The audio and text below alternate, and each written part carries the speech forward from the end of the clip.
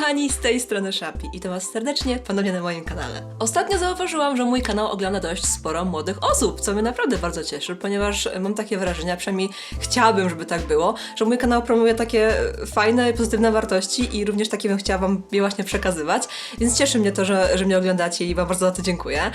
I przy okazji dużo tych osób ma problemy, które myślę, że możemy w tym filmiku właśnie opowiedzieć, czyli właśnie kwestie rodziców a cosplay. Wielu z was pytało o to na przykład w komentarzach, albo pisaliście do mnie na Instagramie, w ogóle polecam mojego Instagrama, gdzieś tu na dole w opisie będzie do niego link, także was zachęcam, zapraszam do pisania do mnie, ja bardzo chętnie odpisuję. I właśnie takie pytania padały, jak poradzić sobie z tym, jak przekonać swoich rodziców, że cosplay to jest fajne hobby i że po prostu wam pozwolili na tą zabawę właśnie w kostiumy. Słuchajcie, ale również nie chcę ukrywać, że miałam dość łatwo, kiedy zaczynałam swoje pierwsze kroki w cosplayu, ponieważ kiedy miałam lat 16, to był pierwszy okres, kiedy właśnie zaczęłam się ogólnie bawić w robienie własnoręcznych, wykonywanych strojów.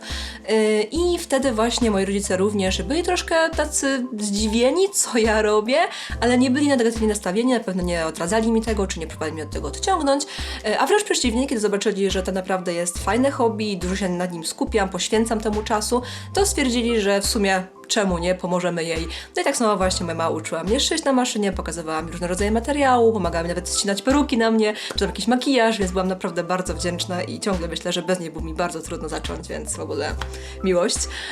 Mój tata również pomagał mi właśnie w kwestiach narzędzi, uczył mnie właśnie jak obrabia się drewno, jak właśnie się robi przy różnych rodzajach metalu, jakieś właśnie, słuchajcie, szlifierki, jakieś wiertarki, to również mogłam liczyć na jego pomoc. Jak sama moja babcia, ona była również bardzo wspierająca, ciągle jest, jeżeli tam na komentarzach na Facebooku gdzieś widzicie moją babcię, to nie zdziwcie się, ona ciągle stara się mnie wspierać, to jest bardzo kochane. Więc no,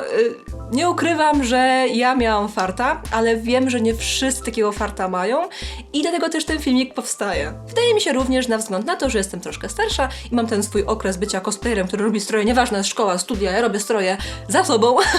i tak samo miałam okazję pogadać właśnie z waszymi rodzicami na konwentach, czy przez internet, którzy są no troszkę skonfudowani, nie wiedzą co robić właśnie z takim dzieckiem cosplayerem w domu, to mam tą możliwość tego oglądu na obie strony barykady. To, co bym chciała wam przekazać na samym początku, to to, że musicie zrozumieć, że zdanie waszych rodziców jest niestety najważniejsze. Ja wiem, że wielu z was może się z tym kłócić i może być poirytowanych, no bo przecież kurczę, no zdaję sobie sprawę z tego, że niewielu rodziców, albo nie aż tak wielu, jakbyśmy chcieli, jest zaangażowane w pasję dziecka, jest właśnie ogólnie zaangażowane dzieckiem i tym, co ona robi w swoim czasie wolnym, więc może być dla was trochę przykre. No ale tak jest życie, musimy sobie z tym poradzić, no i jeżeli macie taki przypadek w domu, to no jest mi przykro, ale niezbyt wiele możecie zrobić, jeżeli wasz rodzic powie nie,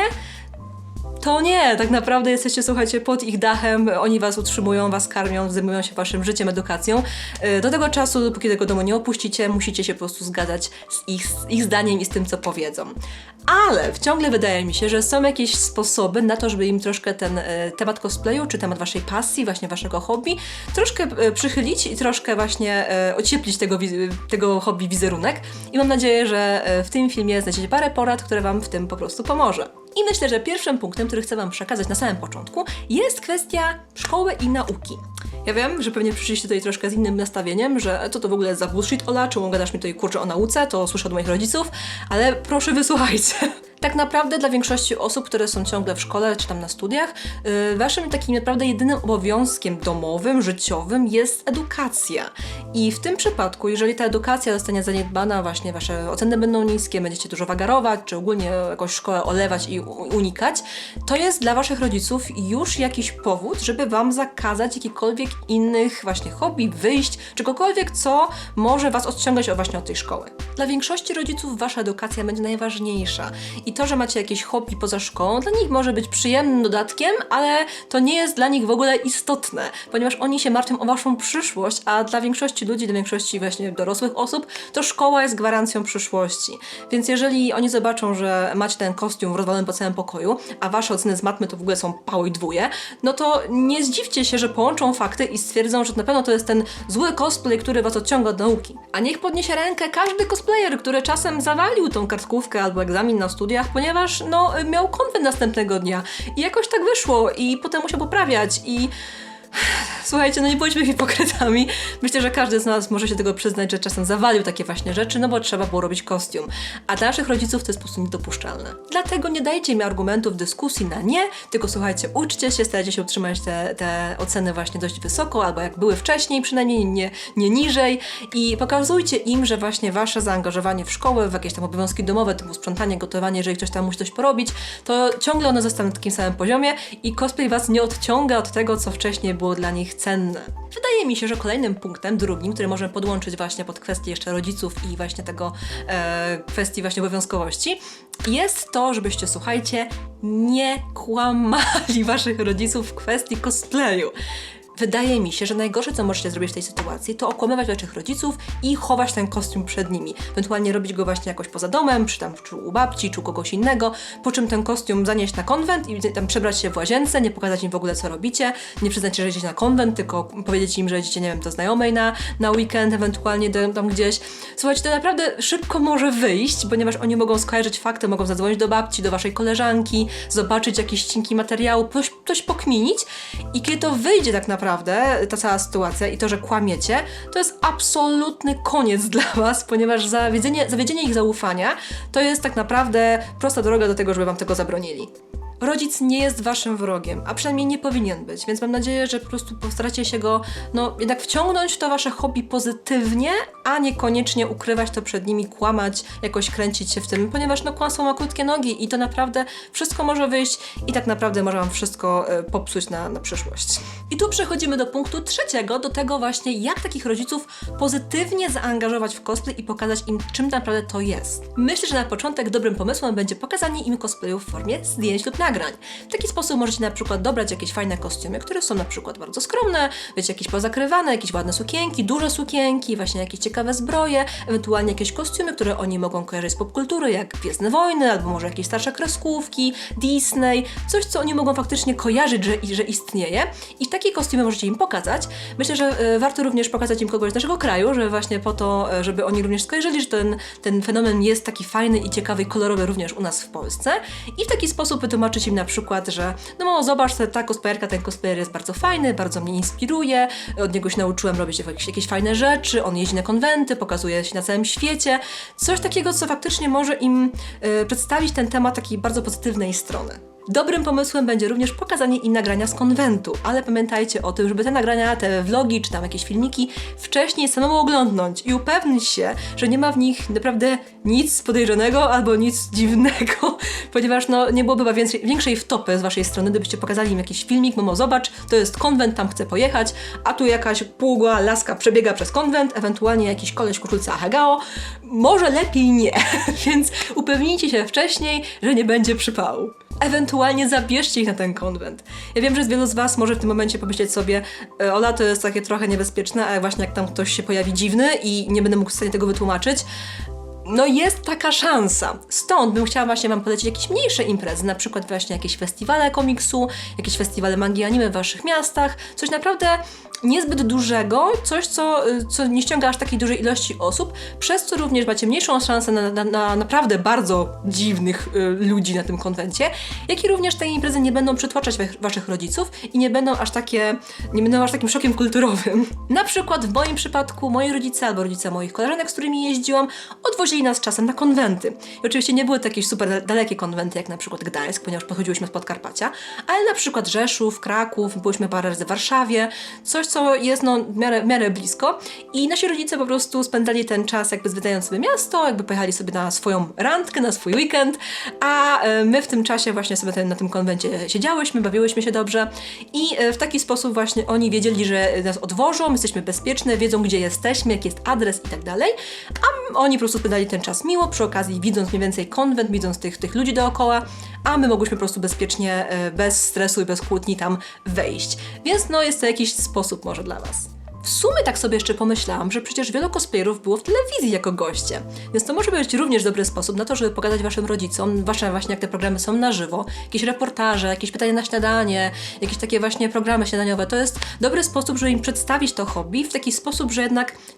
ci ludzie są na tyle ciekawi, że nawet telewizja ich zaprasza do siebie i pokazuje, co oni robią. Zwłaszcza, że wielu właśnie naszych kolegów, właśnie tutaj po fachu w Polsce, bardzo fajnie się o tym wypowiada właśnie w telewizji i fajnie to pokazują, więc czemu by nie przedstawić to w taki sposób, że to jednak są naprawdę fajni i ciekawi ludzie. Nawet ja byłam w sumie 2 razy w telewizji śniadaniowej, więc myślę, że możecie im jakieś archiwa pokazać, jeżeli chcą zobaczyć jakiegoś cosplayera tam z Tomaszem Lisem czy coś takiego. Więc no słuchajcie, kliknijcie, zobaczcie, może faktycznie im to podejdzie jako taki dobry sposób na przedstawienie tego hobby. Kolejnym problemem, dlaczego rodzice mogą nie zgadzać się na wasze hobby, jest fakt, że jest to dość kosztowna pasja, przez co jest to kwestia właśnie pieniędzy. Myślę, że warto, żebyście pokazali waszym rodzicom, że po prostu zależy wam na tej pasji i chcecie w jakiś sposób zarobić właśnie jakieś pieniądze, żeby na te materiały, na ten kostium wam starczyło. Nie ukrywajmy, że dopóki mieszkacie z waszymi rodzicami, to większość wydatków pokrywają oni, jeżeli chodzi właśnie o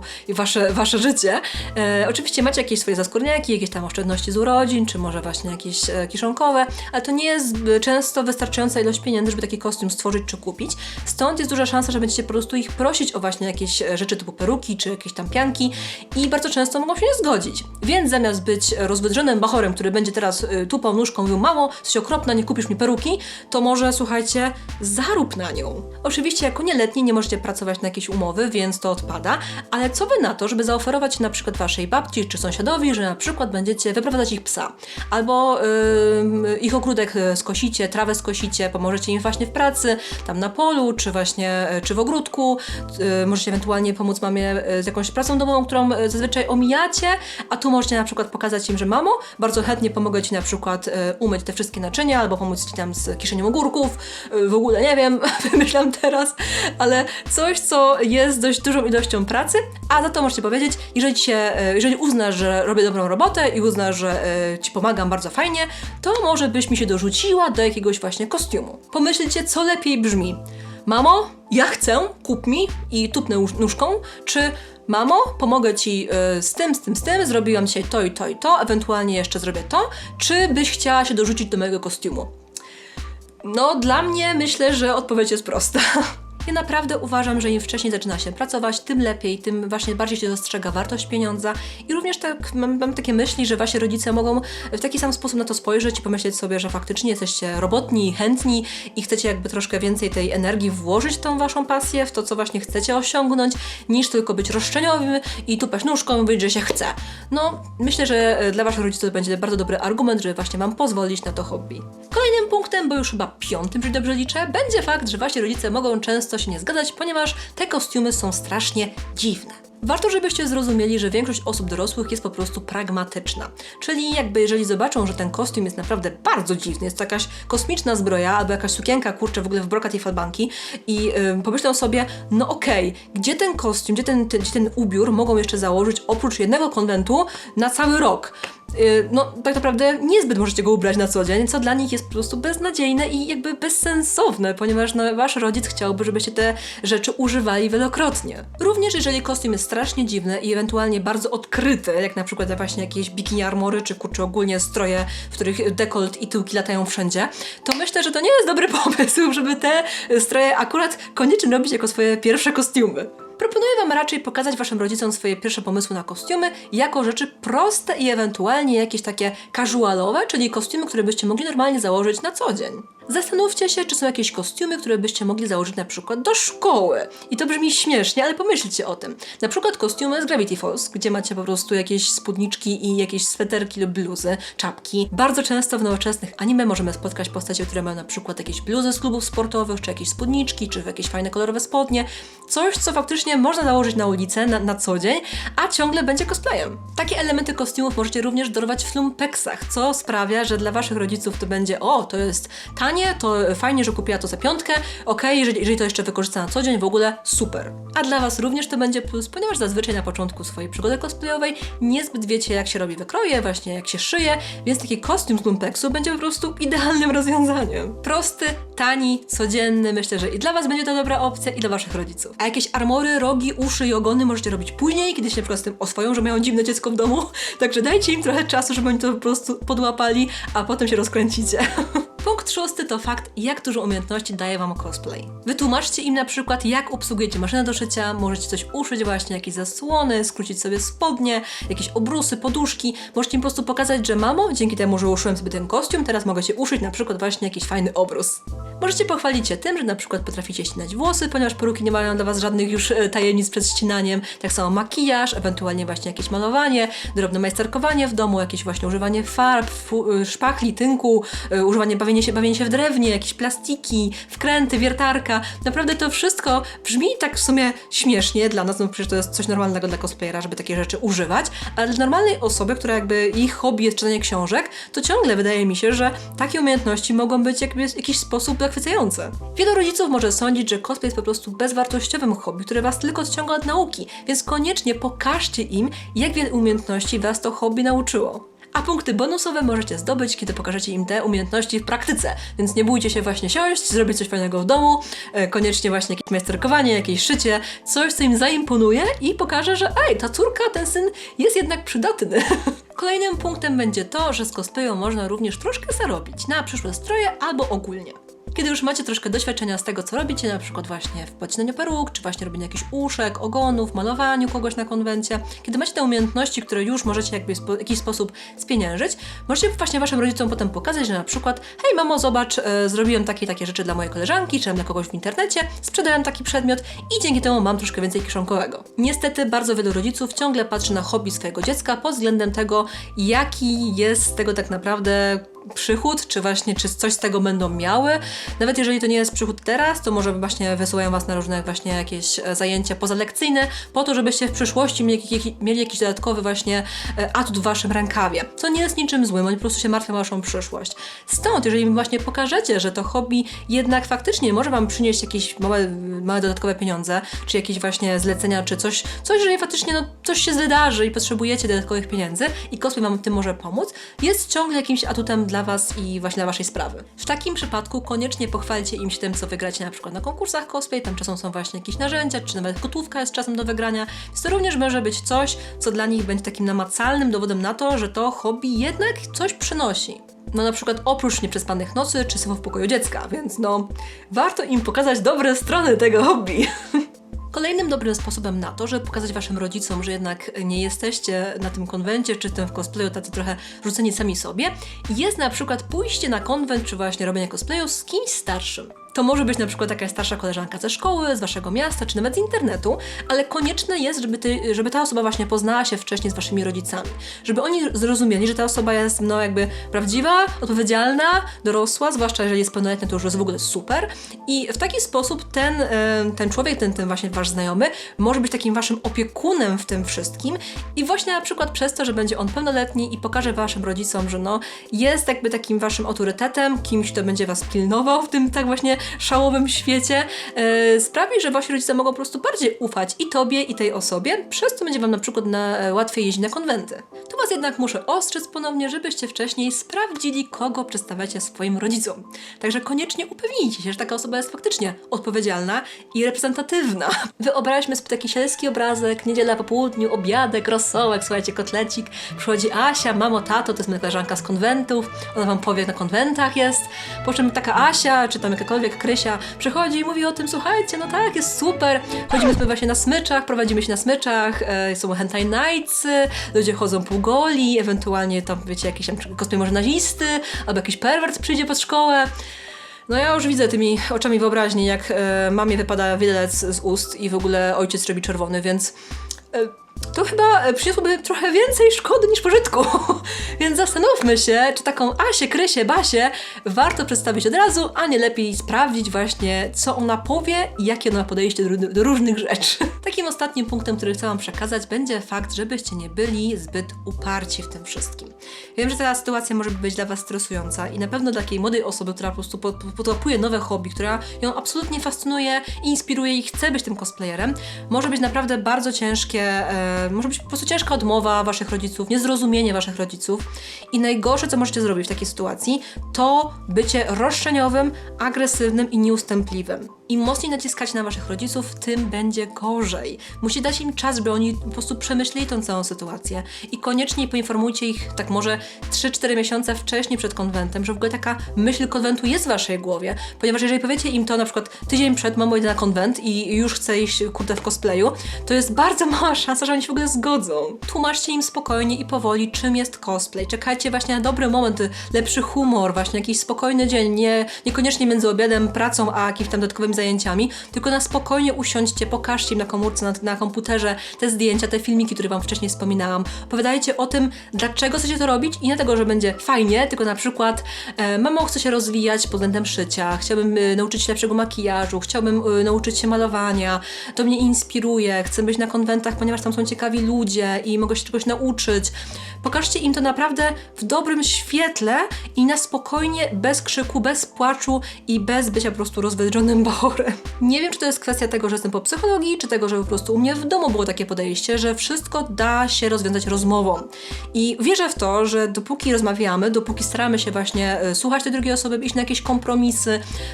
starać się właśnie im pokazać, że mamy dobre intencje, a nie jesteśmy właśnie tacy jakby uparci i zapatrzeni w ten jeden swój punkt widzenia, tylko staramy się również zrozumieć drugą osobę, jesteśmy w stanie dojść naprawdę do porozumienia, do właśnie jakichś kompromisów i tego, żeby to wszystko się udało dla obu stron. Bądźcie konsekwentni, wyrozumiali i ciężko pracujcie nad tym, co chcecie osiągnąć, ale nie bądźcie głupio uparci, ponieważ upór i roszczeniowość tak naprawdę w życiu do niczego nie prowadzi. I chciałabym ten filmik zakończyć taką naprawdę pozytywną myślą, że nasi rodzice nie są naszymi wrogami i są również ludźmi. I dla każdego człowieka jest jakiś sposób na rozmowę, na komunikację, tylko musimy być cierpliwi, wyrozumiali i po prostu próbować. Więc mam nadzieję, że ten film, który wam dzisiaj nagrałam, będzie przydatny i te wszystkie porady, które wam przekazałam tutaj do kamery, do was, do internetu,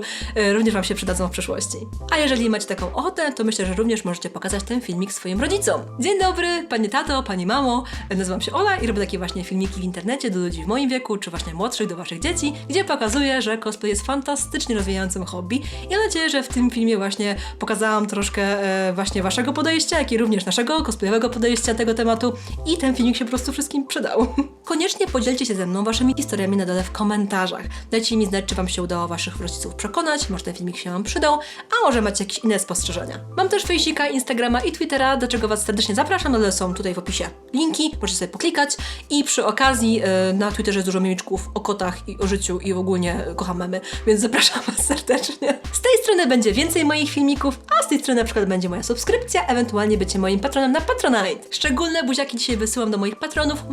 Dziękuję wam serdecznie, że jesteście ze mną i pomagacie mi robić to, co robię. Do zobaczenia w kolejną środę, ponieważ filmiki wrzucam co tydzień, więc pa! Buźka! A dla wszystkich fanów Hamiltona, taką miałam dzisiaj koszulkę, ponieważ work,